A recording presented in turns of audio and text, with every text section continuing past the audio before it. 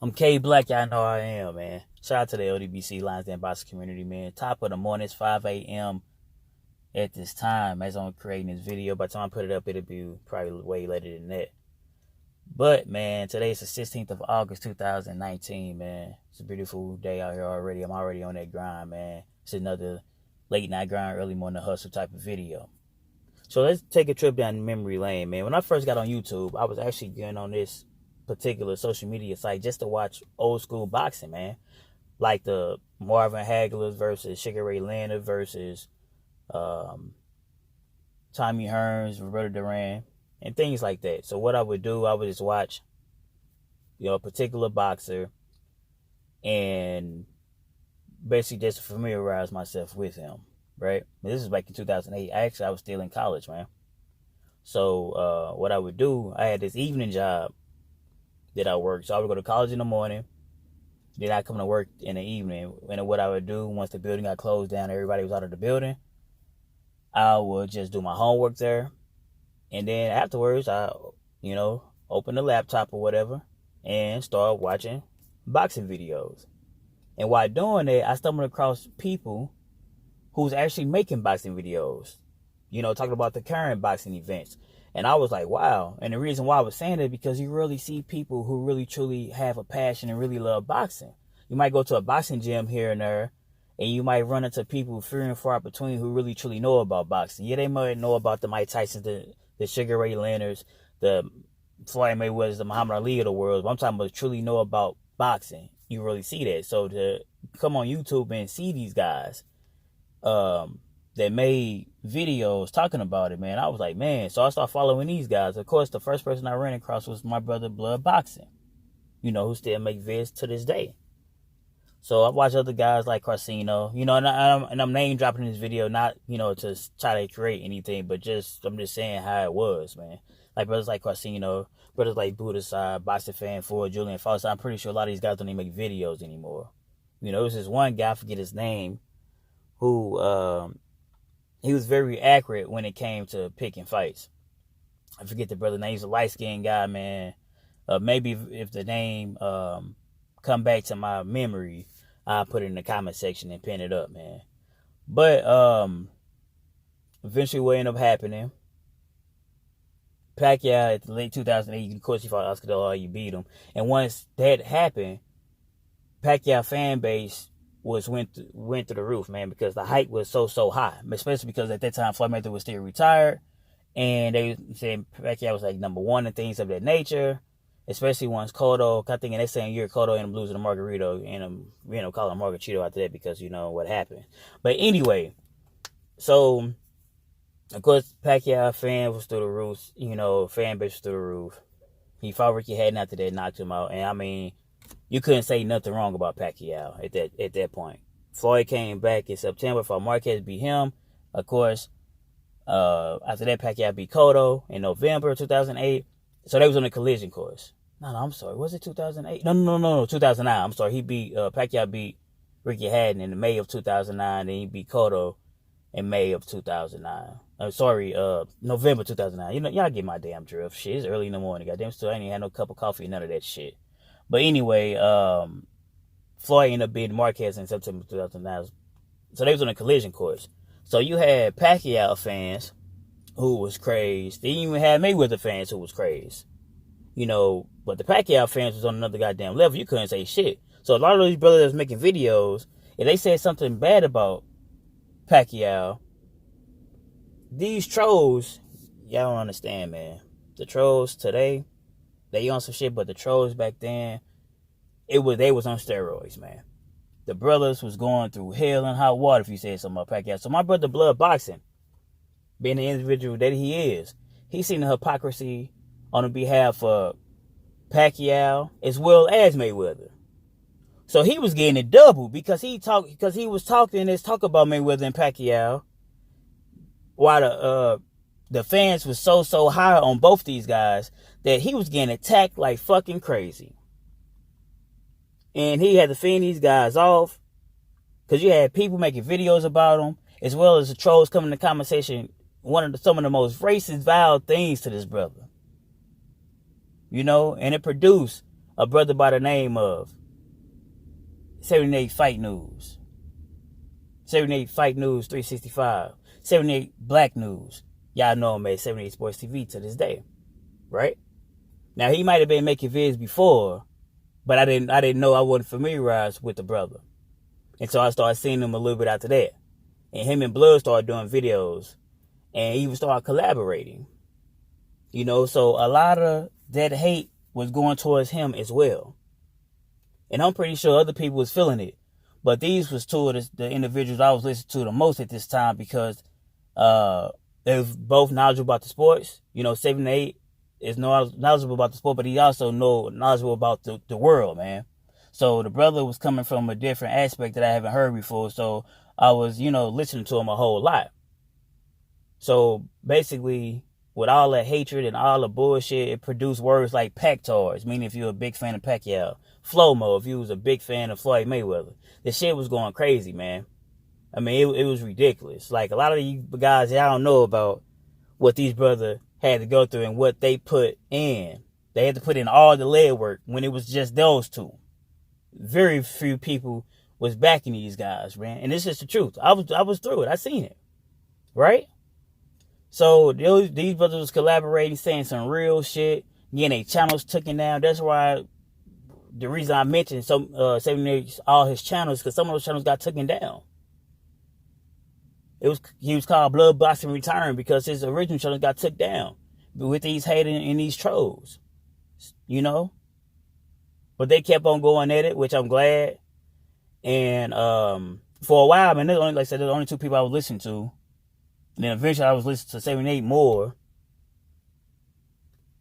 I mean, because going through all that hatred and all these people who was trolling and shit, it caused people to say, fuck it, I'm out of here, man. I ain't doing no more videos. So you had a particular type of people who started making vids because they was getting tired of the racists and they wanted to represent for their brothers. So they started creating a format called the Black Screen Team, meaning that they would make vids in total darkness, represent for the brothers, represent for that blackness. So a lot of these brothers, I can't remember all these guys' names because all these guys don't even make vids anymore, man. So they start doing things like that. Come along, my brother Town Business, when I ran across him. Now, you had a lot of racist motherfuckers who pretended to be cool at first, but they start showing their true colors. You know, and I'm going to say these motherfuckers' names as well. People like Sean Newton, who's still around to this day. People like Man Take Bubble Bath, Precise Presenter, whatever the fuck his name was. People like Thunderdome, right? These the people, man. They was making vids. You know, they was some hating motherfuckers. You know, so some of these people, Town was by itself for a little minute, man. A lot of people was trying to attack the brother Town.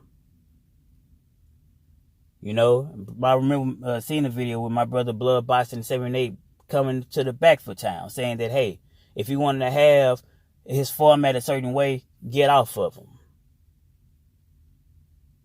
You know, I'm going to fast forward a little bit because after listening to these brothers, you know, 78 Blood, Town, it put me on to other people later on. You know, it came to people like Black Fight Fan, my brothers like Ticket, LVZ. You know what I mean? And later on, people like Trap House Boxing, my brother 503 Line. You know what I mean? People like that. And I was listening to all these brothers, man, even before I started making vids myself. So, of course, I'm breaking it down because I ain't trying to make the video that damn long. But, you know, y'all catch my drift, man. What I'm trying to say is the LDBC, right? Even before then. Do y'all know, man, that the brother 78 and Blood Boxing actually debated one another? They brothers to this day. So it shows you that you can debate when you in a grown-up state of mind. When you mature enough. You can debate, have differences, and still be cool. Because those brothers actually had debates. You know? And they brought about the format, before I start talking about the LDBC, they brought about the format called the Lion's Den. My brother 78 would be the moderator in the Lion's Den. Right? It had two individuals who want to debate to get their point across in the Lion's Den. And that's the original format to why the Lion's Den was even created, right? For the debating reason. And many people came on. I don't know all the brothers that came on, but I will watch many of those debates. But these brothers got tired of all the nonsense, all the hypocrisy, all the racism. So they said, fuck it. My brother 78 came up with the bright idea to make the Lions Den Boxing community, man, for brothers and sisters could basically get their point across without having to deal with all the nonsense that YouTube was coming, the YouTube boxing community, the YTBC, right? So they basically said, fuck it, made their own lane so they can give brothers and sisters an opportunity to have a voice. Brothers, even brothers like me, who was inspired to even start making videos. And if it wasn't for those brothers, I wouldn't have done it. And it's just the absolute truth, man. So I'm stating to say this, man. You know, when I started making videos myself, guess who was the first person who actually came and started watching my vids, man? Blood Boxing. When I had no subscribers. I mean, none. I was getting like one view one view a damn video. If y'all check my catalog, I got hella videos, man. I got way more videos than I have subscribers. But my brother Blood, man, he was the one who actually started watching my vids first, man. Giving me encouraging words. And honestly, you know, when I seen I wasn't getting no subscribers for real, I said, fuck it, I ain't gonna even do this. Maybe it ain't for me. But it was my brother Blood who actually came in the comment section and said, hey, you know what, K Black, man, don't you know I watch all your vids, bro? And that inspired the hell out of me, man. That's why I continue to do it. You know, brothers like Reef started coming to comments. Brothers like 503 Lime. Brothers like my brother DCB. It's called Say Less right now. Right? They start watching the videos and shit, man. Don't you know the first person I actually did a hangout with was actually my brother Blood Boxing. Then from that hangout, we spoke behind the scenes. And that's how I got into the LDBC, the Lions Den Boxing community. And that's why I'm here right now. So I gave y'all that little backstory of how I've gotten on YouTube and enjoying the LDBC myself, man. My thing is this. This is a prominent, positive, and powerful movement. So I'll be damned of all the legwork that my brothers put in. I'll be damned if people who would try to come in and utilize it, get their subs up, get them in a formal way to monetize, you know, get their super chats up and donations up. Basically try to buy their way on in by adding and putting money in the super chats to try to get the brothers' attention and act like they're down. I'll be damned, man. I'll be damned, bro. The reason why I stopped doing so many videos and step back is because the bullshit, man. I started seeing how motherfuckers was moving, acting like they cool, and then once they get where they need to be at, then they want to drop the title, or they want to start talking bullshit, or they want to start moving foul. Like I didn't see the shit. That's why I stopped doing hangouts with certain motherfuckers. Don't you know how many people I shouted out, man? I shouted out many people.